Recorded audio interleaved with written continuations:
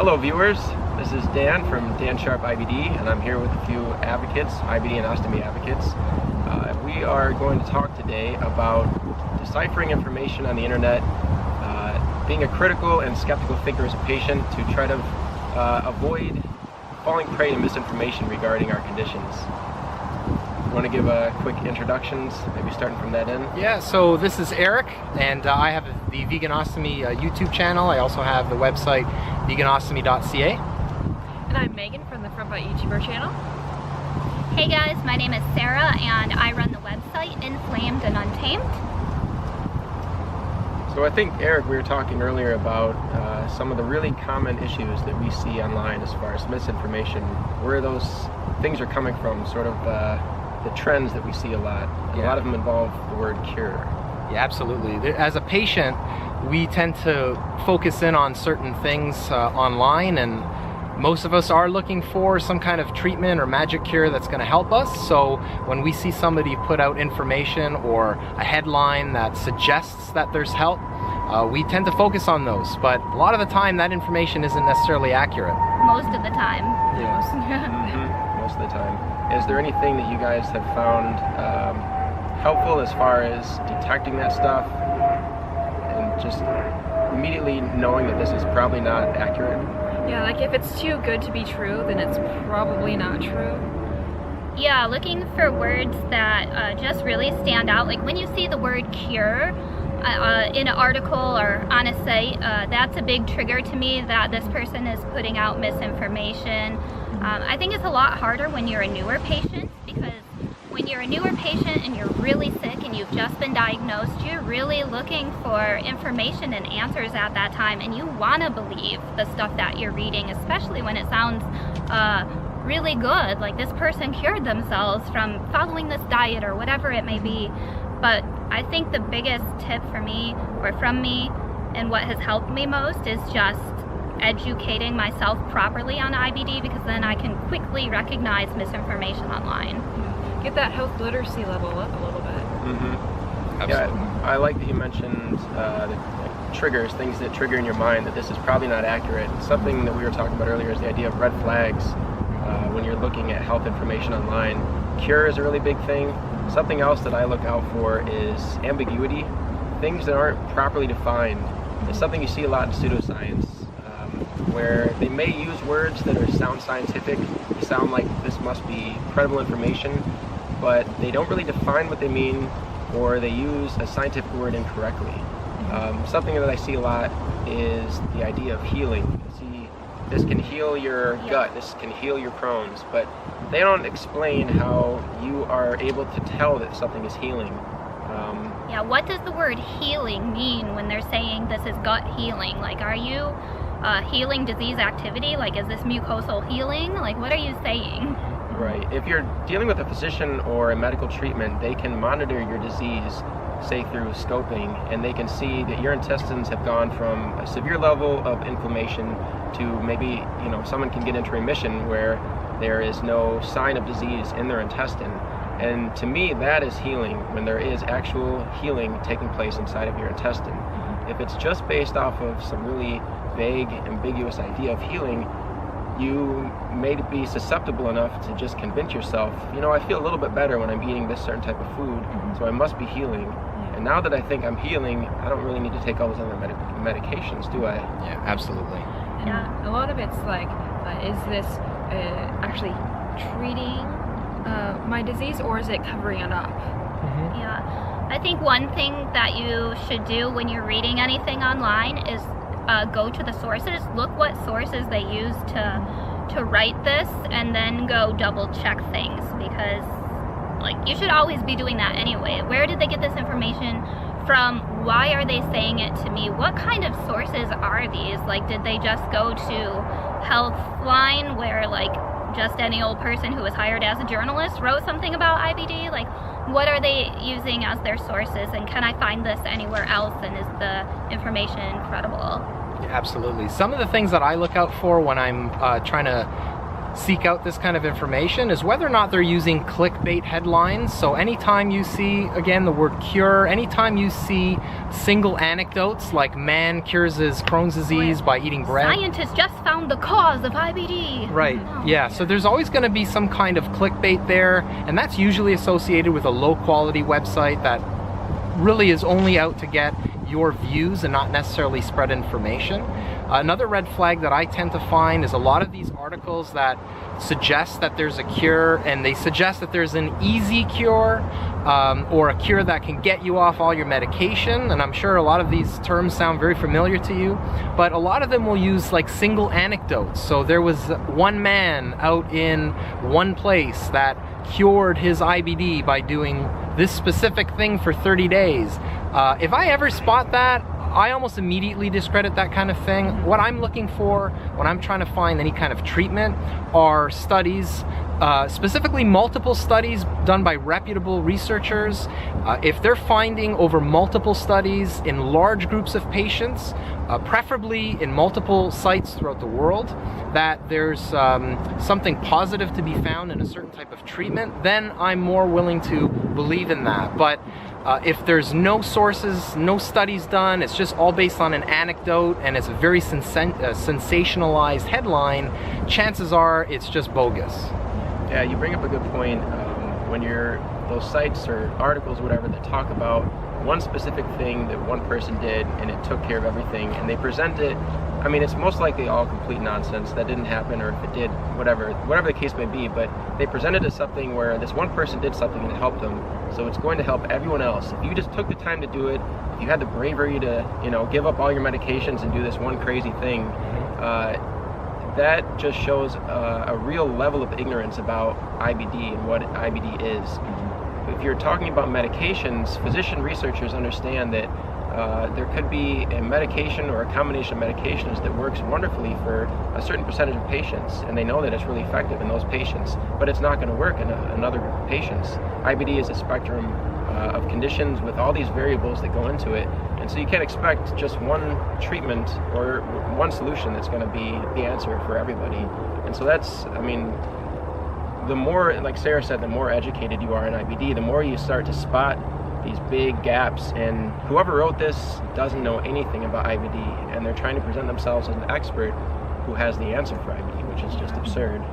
Another thing I'd really like to encourage people to do is, I see this a lot where something is shared over and over again, like one of those clickbait titles, like recently it was something like scientists just found the cause of IBD is linked to blah blah blah, and before people even click on it to read it, they've already shared it.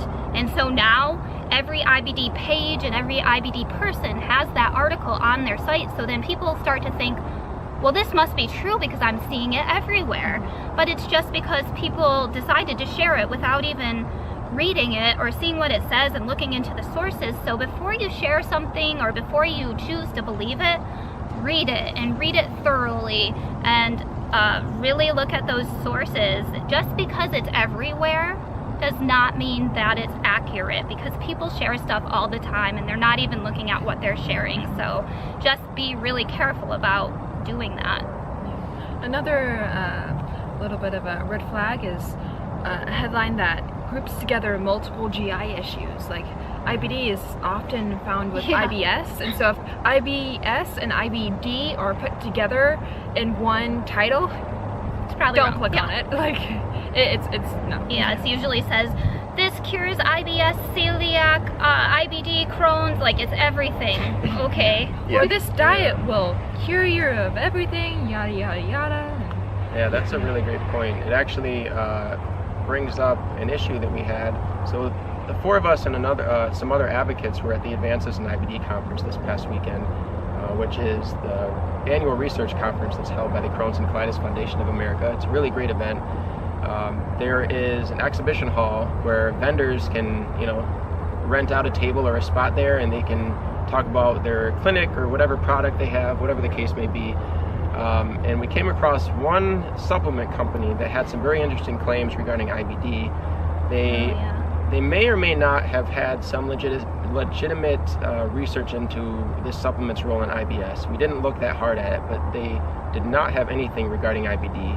I don't know if the stuff on IBS is even published, but they made some very bold claims pretty quickly, and I'm not sure if it started because when we came up, they stopped us, we kind of started talking, and we introduced ourselves as a group of patients, and maybe they saw in their mind we aren't going to know enough to know the difference between what's real and not, what's accurate and not. But we called them on it pretty quickly, the claims they were making regarding IBD, and that it could potentially be a treatment for IBD.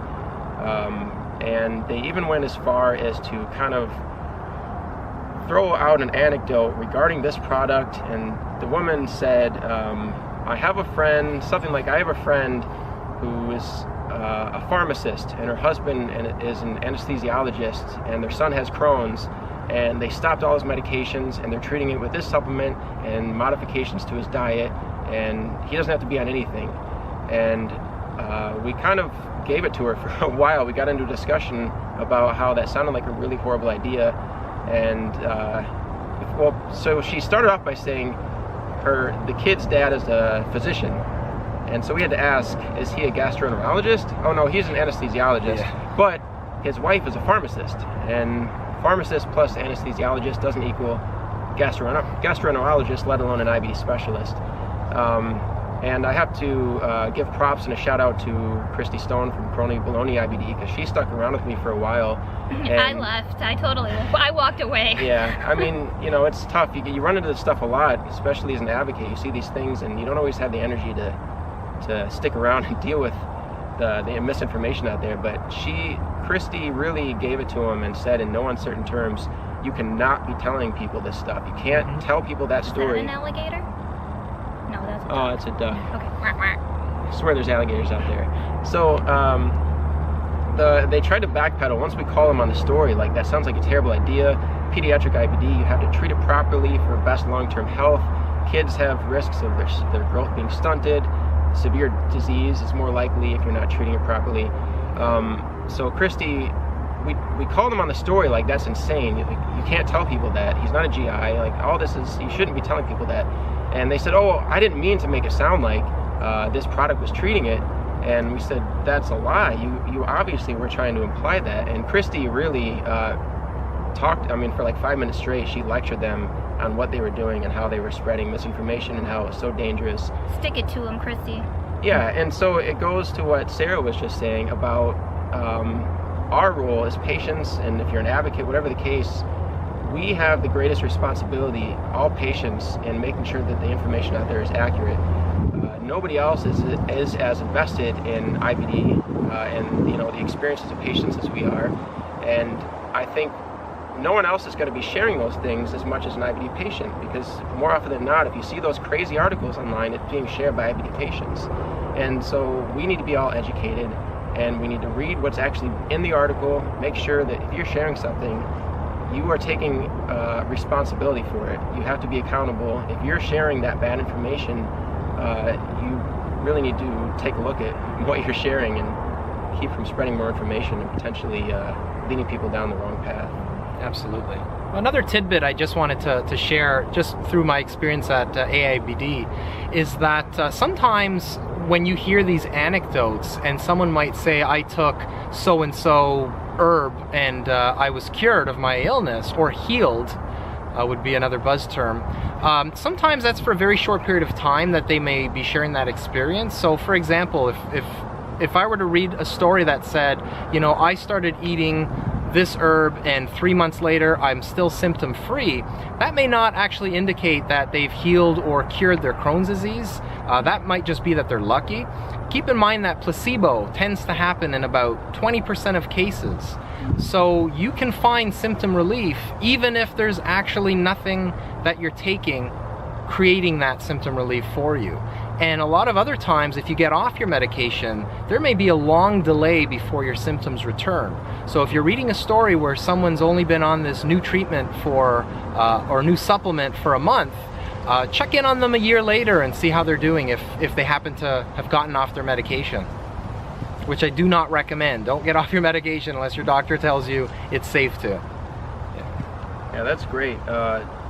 And adding on to that, the idea of symptoms. You can have your symptoms seem better, but something that physicians are talking about a lot more, and they really were drilling it at AIBD this past weekend, is that IBD symptoms and disease state don't correlate. So you can be free of symptoms, you're not noticing any pain or anything, and you can have active disease that if you stop taking your medication, it's just going to build up and build up.